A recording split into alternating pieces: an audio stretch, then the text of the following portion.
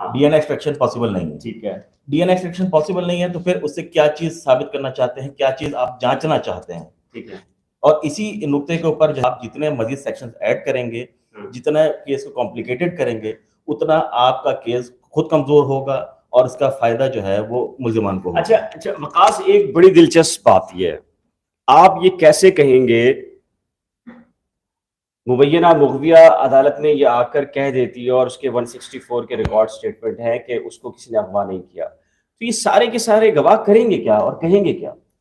بلال بھائی یہی بات ہے جو حسیب نے کی, میں اسی کو آگے بڑھاؤں گا کہ دیکھیں صرف چالان پیش کرنا نہیں ہوتا. ہم نے بہت سے ایسے مقدمات دیکھے ابھی بھی, جیسے ہم بات کر لیتے ہیں لیاری گینگ وار کے سرغنہ عزیر بلوچ, دھڑا دھڑ مقدمات ان کی بریت ہو رہی ہے. صرف چھوٹا سا ایک نقطہ ہوتا ہے جس میں ان کو فیور دی جاتی ہے کہ یہ چیز ثابت نہیں ہو رہی, حالانکہ اس میں پولیس کی جانب سے جو چالان پیش کیے جاتے ہیں اس میں بہت کچھ لکھ دیا جاتا ہے, لیکن وہی پولیس جو کہ تھانے کے ایس ایچ اوز جس میں گواہ ہوتے ہیں یا بہت سارے گواہ موجود ہوتے ہیں, لیکن اس کے باوجود عدالت میں ثابت نہیں کر پاتے.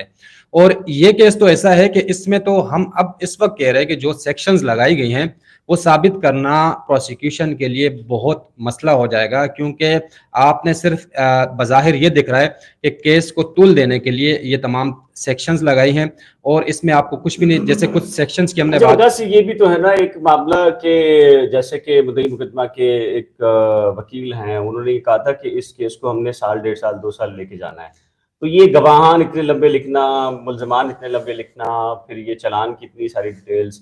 اب اگر مثال کے طور پہ 10 صفحے کا چلان ہے اور 10 صفحے کا چلان اگر ضمانت پہ آرگومنٹس ہونے شروع ہو جائیں تو ایک دن میں اندر تو یہ چلان ہی پڑھا جائے گا 3 گھنٹوں کے اندر. ٹھیک ہے, پھر اس کے اندر ایک ایک نقطہ جہاں خامیاں دوریاں ساری چیزیں ہوں گی, تضاد ہوگا, وہ ڈسکس ہوگا. یعنی کہ اگر یہ صرف اور صرف اگر چلان کے اوپر آرگومنٹس ہوگا تو چلان کے اوپر 2 مہینے لگ جائیں گے. برابر, اگر آپ 25 گواہوں کا مطلب یہ ہوتا ہے کہ آپ کم از کم 1 سال تو اسی میں لے لیں. کیسے ایک گواہ آتا ہے, بیان دے گا, اس بیان پر جو ہے جرا ہوگی اور باقی جج صاحب علیحدہ جرا کرے گا. اچھا حسیب, یہ نہیں ممکن کہ یہ سی کلاس کی طرف جائے چلان؟ آپ کو لگتا ہے, مطلب کیا تجربہ کہتا ہے آپ کو کہ سی کلاس کی کوئی اپلیکیشن آئے اور یا اعتراض آئے کہ جی یہ بنتا ہی نہیں اور سی کلاس کر دیا جائے, ایسا کیا آپشن ہوگا؟ آپ کو یاد ہے کہ جب پہلی سی کلاس کی چالان کی پولیس رپورٹ آئی تھی تو اس وقت پروسیکیوشن نے بھی اس رپورٹ کو سپورٹ کیا تھا. ہاں, یہی پروسیکیوشن تھا جو کہتا تھا کہ جو ہے وہ کیس نہیں بنتا, چائلڈ میرج ریسٹرینٹ ایکٹ نہیں لگتا. یار تنخواہیں لیتے ہیں وہ سرکار سے, گاڑیاں کسی کو گاڑی لینی ہوتی ہے, کسی کو تنخواہ لینی پڑتی ہے, کسی کو یہ کہا جاتا ہے کہ تمہیں ڈسٹرکٹ ایٹ سے اٹھا کے دادو بھیج دیں گے. یار اگر وہ یہ نہ کرے تو سرکاری ملازم تو پھر یہی کرتا ہے نا, دادو سے بچنے کے لیے عمر کوٹ کن کوٹ میں ڈال دیتے ہیں. اگر وہ پروسیکیوٹر کوئی نہ مانے کے بعد تو یہ تو پھر کیا کرے پروسیکیوٹر؟ سرکاری ملازم ہے, سرکاری ملازم, اور چند ایک ہی ہوتے ہیں جو اپنے ضمیر کے مطابق کھڑے رہتے ہیں اور کہتے ہیں نہیں جو قانون ہے قانون, ورنہ تو میرے خیال سے بہت سارے لوگ ایسے ہی کرتے ہیں. سرکاری ملازم کا سب سے بڑا فائدہ تو یہی ہے نا کہ آپ کی نوکری نہیں جائے گی. زیادہ سے زیادہ یہ ہوتا ہے کہ آپ کی اگر آپ کیس جو ہے وہ صاحب کو خوش رکھتے ہیں اور آپ کیس ہار بھی جاتے ہیں تو کوئی فرق نہیں پڑتا. میٹر یہ کرتا ہے کہ جو آپ کو ہدایت ملی آپ نے عمل کیا نہیں کیا. تو اسی پروسیکیوشن نے سی کلاس چالان پہ اب جو ہے وہ میرا خیال ہے آدھی درجن سیکشنز جو ہے وہ شامل کر دی ہیں.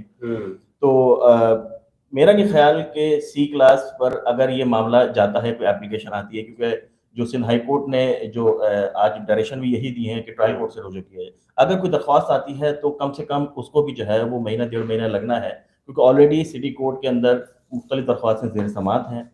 چالان کی وجہ سے 2 درخواستیں تھیں جس پر فیصلہ آنا تھا, ملاقات کا اور 164 کے بیان کا, وہ بھی جو ہے وہ فیصلہ مؤخر ہو گیا.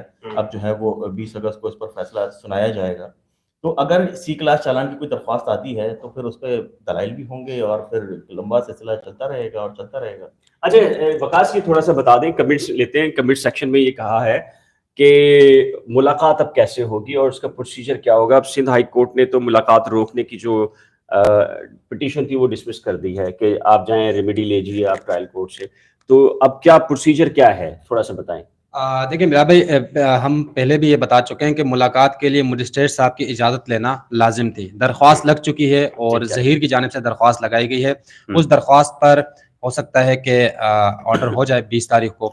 اگر ہوتا ہے یعنی مجسٹریٹ صاحب الاؤ کرتے ہیں اس درخواست کو تو پھر ڈیٹ کا تعین کیا جائے گا. تاریخ ہو سکتا ہے کہ وہیں پر جہاں پر مبینہ مغویاں رہتی ہیں ہو سکتا ہے وہاں پر ان کی ملاقات کرائی جائے. ہو سکتا ہے کیونکہ سیکیورٹی وہاں پر مہیا کی گئی ہے, دونوں کو سیکیورٹی کے حوالے سے تھریٹ ہے. اس چالان میں بھی تذکرہ کیا گیا ہے کہ لڑکی نے وہاں پر درخواست لگائی ہے سیکیورٹی کی لاہور میں, اور جو کہ ان کے والد صاحب کے خلاف ہے. ٹھیک ہے, اسی وجہ سے یہاں پر سیکیورٹی کو اور بہت سارے یوٹیوبرز اور خود مدعی مقدمہ کے وکیل ان کی لوکیشن بھی شیئر کر رہے ہیں, ان کے فون نمبر بھی شیئر کر رہے ہیں تاکہ ان کو ان کی لائف کو تھریٹس زیادہ سے زیادہ خطرات پہنچائے جائیں. سوال میں بھی پوچھنا چاہوں گا کہ ملاقات کی جہاں تک بات ہے, آپ نے کہا کہ عدالت کی اجازت مشروط ہے, تو کیا مبینہ مغویہ کی رضامندی یا اس کی خواہش عدالتی فیصلے میں شامل ہوگی؟ وہ تو آ گیا ہے حسیب, وہ آ گیا ہے. جو لیٹر گیا تھا میری اطلاع کے مطابق کہ مبینہ مغویہ سے پوچھا گیا تھا کہ ہمارے پاس ظہیر کی ایک اپلیکیشن آئی ہے جو آپ سے ملاقات کی خواہش کا اظہار کر رہا ہے, تو آپ ایگری ہیں یا نہیں, تو اس پر کنسرن ان کا ضروری ہے. تو وہ کنسرن آ گیا ہے, تو اس نے کہا کہ جی میں ملاقات ہو سکتی ہے, میں تیار ہوں. میرے سوال کا جو ہے وہ مقصد یہ تھا کہ آپ کے علم میں ہوگا کہ مختلف یوٹیوبرز کی جانب سے ملاقاتوں کے دعوے کیے گئے تھے. ہاں ٹھیک ہے, اور بڑی کہانیاں سنائی گئی تھی کہ جی ملاقات بھی ہو گئی اور جو ہے وہ اس نے رضامندی کا بھی اظہار کیا اور گھر جانے کی خواہش کا بھی اظہار کیا. اوقات میں سے پوچھنے کا مقصد یہ تھا میرا کہ جی ہم لوگوں کو یہ بتا سکیں کہ جی صرف یہ ایک درخواست پر ہی نہیں ہونا بلکہ رضامندی بھی شامل ہوگی. جی بالکل بلال بھائی, سپریم کورٹ میں جسٹس شہزاد علی شاہ کے ریمارکس ہے کہ کوئی بھیڑ بکری نہیں ہے. تو میں نے اور حسیب نے سابق ایڈیشنل ڈسٹرکٹ پبلک پروسیکیوٹر خیر محمد خٹک صاحب کا نام لوں گا, ان سے ہم نے بات کی تھی, تو ان کا بھی یہی کہنا تھا کہ جو بھی ہے عمر کا جو بھی عمر ہو اس میں لڑکی کی رضا لازمی ہے. اب وہی چیز سامنے رکھتے ہوئے جو آپ تذکرہ کر رہے ہیں بلال بھائی کی جو ایفیڈیوٹ وہاں بھیجا گیا, تو لڑکی اگر مثال کے طور پر کسی اور کی طرف سے درخواست آتی ہے اور وہ بھی بھیجی جائے گی, ظاہر ہے سب کا حق ہے, تو وہ لڑکی سے پوچھا جائے گا. لڑکی اگر کہے گی تو ظاہر سی بات ہے پھر عدالت اس پر آرڈر کرے گی. اگر لڑکی ہی منع کر دے تو عدالت کو سوچنے کی ضرورت ہی نہیں ہے اس پر. تو ظاہر سی بات ہے ان کی اجازت سے مشروط ہوگی ملاقات. یہاں پر اجازت ان سے لی گئی ہے اور انہوں نے کہہ دیا ہے کہ بالکل میں ملنا چاہتی ہوں, ملنا چاہوں گی. اور اس کے ساتھ ساتھ اہم جو درخواست ایک اور ہے بلال بھائی, وہ ہے بیان قلم بند کرنے سے متعلق. ہاں 164. اگر اس چالان کے بعد, اب ایک بات اور واضح کرتا چلوں کہ چالان ابھی تک درمیان میں ہی لٹکا ہوا ہے, خلا میں ہے. ہاں اور یہ خلا میں کیوں آیا ہے, اور ہم نے 2 دن پہلے بھی بتایا تھا, آپ کو کل بھی بتایا تھا کہ مزید جو کیس بنانے کی تیاری تھی اس کو بگاڑنے میں بڑا کردار 375 لگانے کے بعد ہوا ہے. بالکل, اب یہ 1-2 دن میں شاید اس کا تعین ہو جائے گا کہ کون سی عدالت میں چالان جانا ہے. چالان جائے گا کسی عدالت میں, وہ عدالت خود اب اسکروٹنی کرے گی چالان کا. پہلے پروسیکیوشن نے تو کر لی, لیکن عدالت پہلے چالان کو دیکھے گی, اور عدالت کو اگر لگا کچھ اس میں مسائل ہیں, کچھ چیزیں ایڈ کرنی ہیں یا کچھ چیزیں اس سے ہٹانی ہیں, تو عدالت اس کا اختیار رکھتی ہے. ہو سکتا ہے کہ پورا کا پورا چالان ایکسیپٹ کر لیا جائے, یہ بھی ممکن ہے کہ پورا کا پورا چالان اڑا دیا جائے. لیکن چالان ایکسیپٹ ہونے کے بعد جو ہے معاملات جو ہیں باقی کیس جو ہے پراپرلی چلنا شروع ہو جائے گا.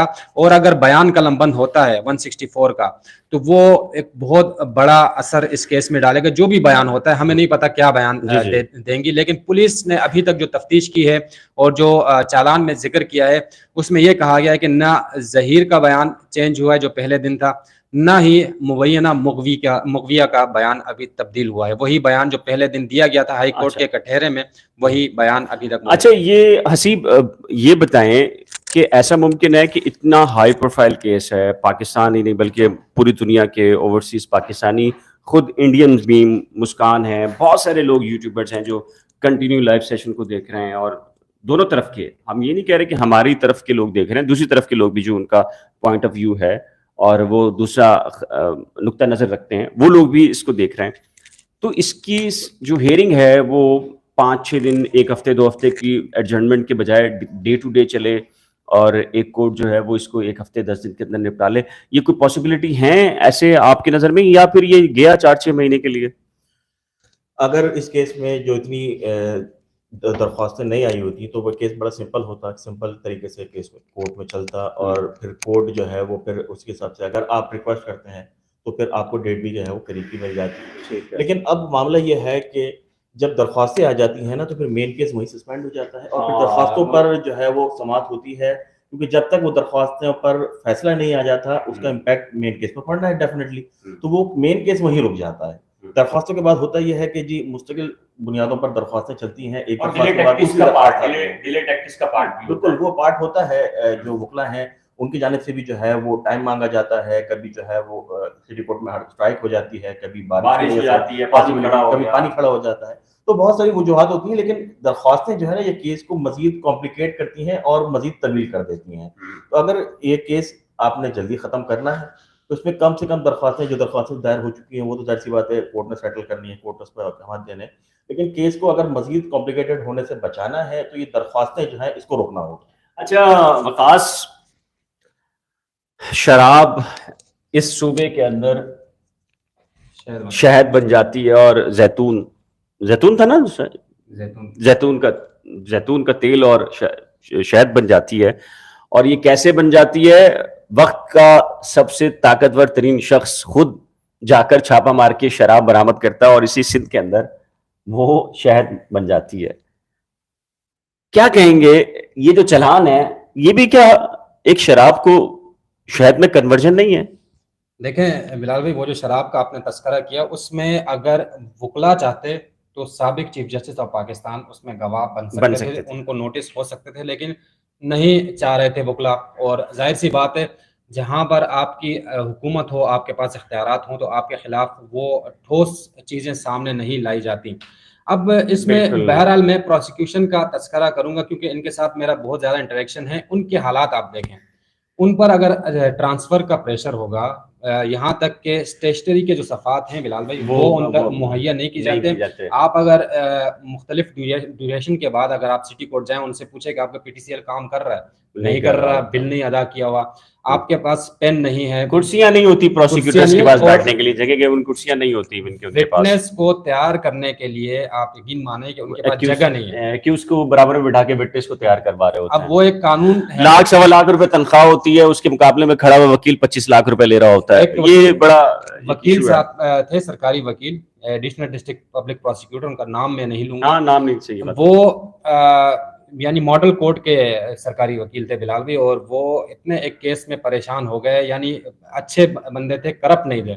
انہوں نے ایک دن مجھ سے خود کہا کہ میں صبح عدالت آ رہا تھا, جس بس میں آ رہا تھا اسی بس میں وہ جو قتل کا ملزم ہے وہ پیچھے اسی بس میں آ رہا ہے. تو بول رہے اس طرح کے ہمیں گاڑیاں نہیں مہیا کی جا رہی, ہمیں پریشرائز کیا جاتا ہے, اپنی مرضی کے جو ہے فیصلے یا جو سکروٹی نوٹ زیادہ تر ہوتے ہیں وہ لکھوائے جاتے ہیں. تو آپ خود اندازہ لگا لیں کہ اگر طاقتور ہوگا تو اس کے حق میں وہ یہ سارا معاملہ جو ہے رہیں گے. تو یہ پروسیکیوشن کا یہ عالم ہے کہ ایک جگہ سے دوسری جگہ منتقل کرنا سب سے پہلا ہتھیار یہ ہوتا ہے, کسی انٹیریئر میں کہیں بھی بھیج دیتے ہیں. ہاں جی, یہ ماضی کے اندر دیکھیں نا, میں آپ کو بتاؤں لٹرلی ایسا بھی ہوا ہے کہ ڈسٹرکٹ پبلک پروسیکیوٹر کو, جس کے نیچے 30-35 کورٹس اور 30-35 پروسیکیوٹرز ہوتے ہیں, اس نے ایک وقت کے پروسیکیوٹر جنرل جیسے کہ فیض ایچ شاہ ہیں, اس طرح کے ایک پروسیکیوٹر تھے, ان کی بات نہیں مانی تو وہ فیملی والی خاتون تھیں, پروسیکیوٹر تھیں, آفیسر تھیں, ان کا تبادلہ کر دیا اندرون سندھ. ان کے بچے اسکول یہاں پڑھتے تھے, ساری چیزیں تھیں, اسکولنگ تھی, ساری چیزیں تھیں. تو یہ سب کچھ ہوتا ہے. اور یہ ہم آپ کو تقریباً کوئی ایک ہفتے سے یہ کہہ رہے تھے کہ پروسیکیوشن ڈپارٹمنٹ اس کے اندر ان کے اوپر شدید قسم کا دباؤ ہے. دباؤ بھی ایسا ہے کہ وہ کھل کر نظر آ رہا ہے اور آشکار ہو رہا ہے.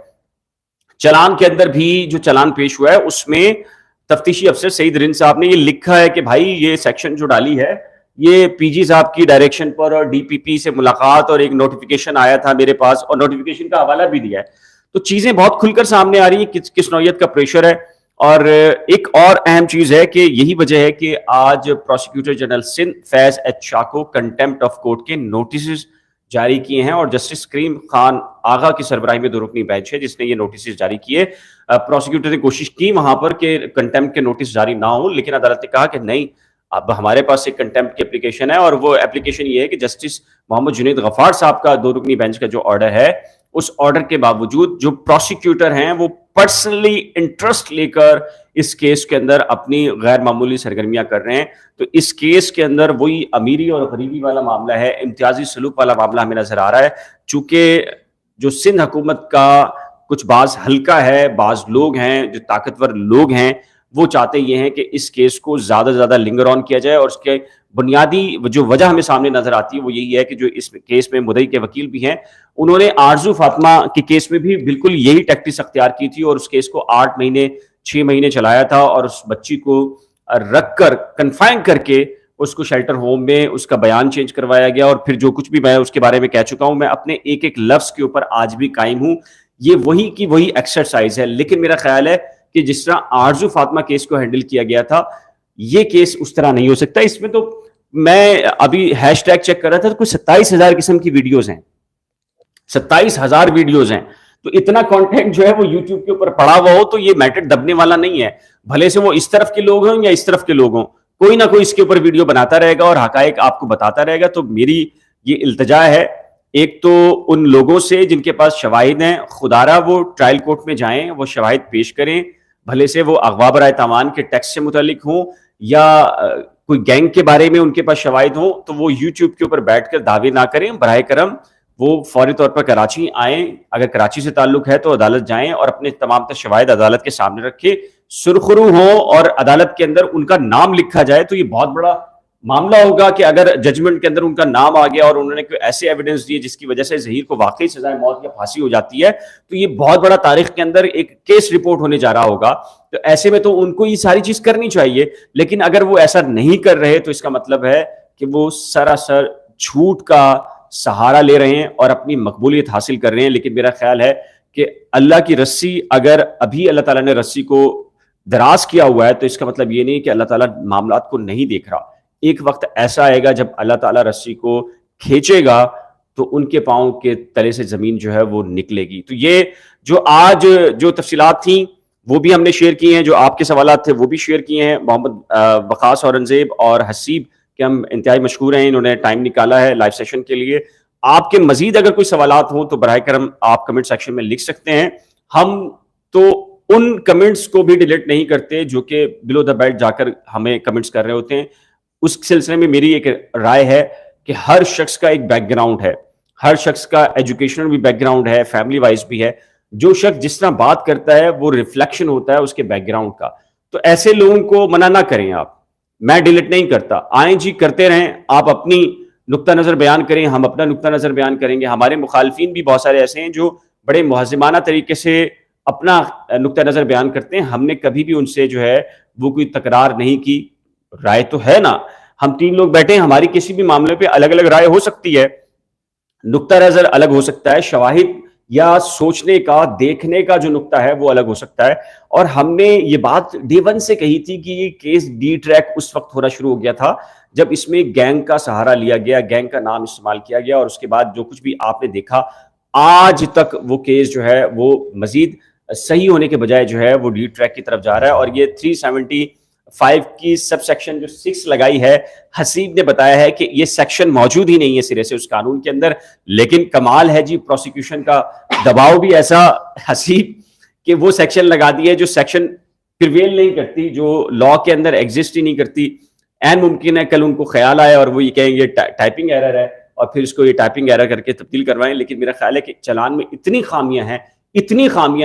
خامیاں ہیں کہ اگر پروسیکیوشن پر دباؤ نہ ہو تو یہ پروسیکیوشن خود اس چلان کو سی کلاس قرار دے سکتی تھی. لیکن دباؤ ہے، نوکریاں کرنی ہیں، لاکھ سوا لاکھ روپے تنخواہ ہوتی ہے، ایک گریڈ بڑھانے کے لیے پروسیکیوٹر کو کیا کچھ کرنا پڑتا ہے آپ کو اندازہ نہیں ہے. کیونکہ اس کے مقابلے میں جو وکیل کھڑا ہوتا ہے وہ 25 لاکھ روپے، 20 لاکھ روپے، 15 لاکھ روپے، ایک طرف احساس محرومی ہوتی ہے، ایک طرف گھر چلانا ہوتا ہے، دوسری طرف اس بات کا خطرہ ہوتا ہے کہ اس کا ٹرانسفر دادو کے اندر ہو جائے گا، عمر کوٹ میں ہو جائے گا، لاڑکانہ میں ہو جائے گا، وہ فیملی یہاں چلا رہا ہوتا ہے. تو یہ سارے کے سارے معاملات ہوتے ہیں جس کو سب چیزیں دیکھی جا رہی ہوتی ہیں. تو آج کے لائیو سیشن کے اندر ہم نے بہت تفصیل کے ساتھ ڈسکس کیا اس کیس کو اور اس کیس کے فیوچر کو. اگر آپ نے ابھی جوائن کیا تو شروع سے اس کو پلیز ذرا دیکھ لیجئے گا تو آپ کو بہت ساری چیزیں سمجھ میں آ جائیں گی. تو ایک نئے لائیو سیشن اور ولاگ کے ساتھ جلد ملیں گے، تب تک کے لیے اللہ حافظ.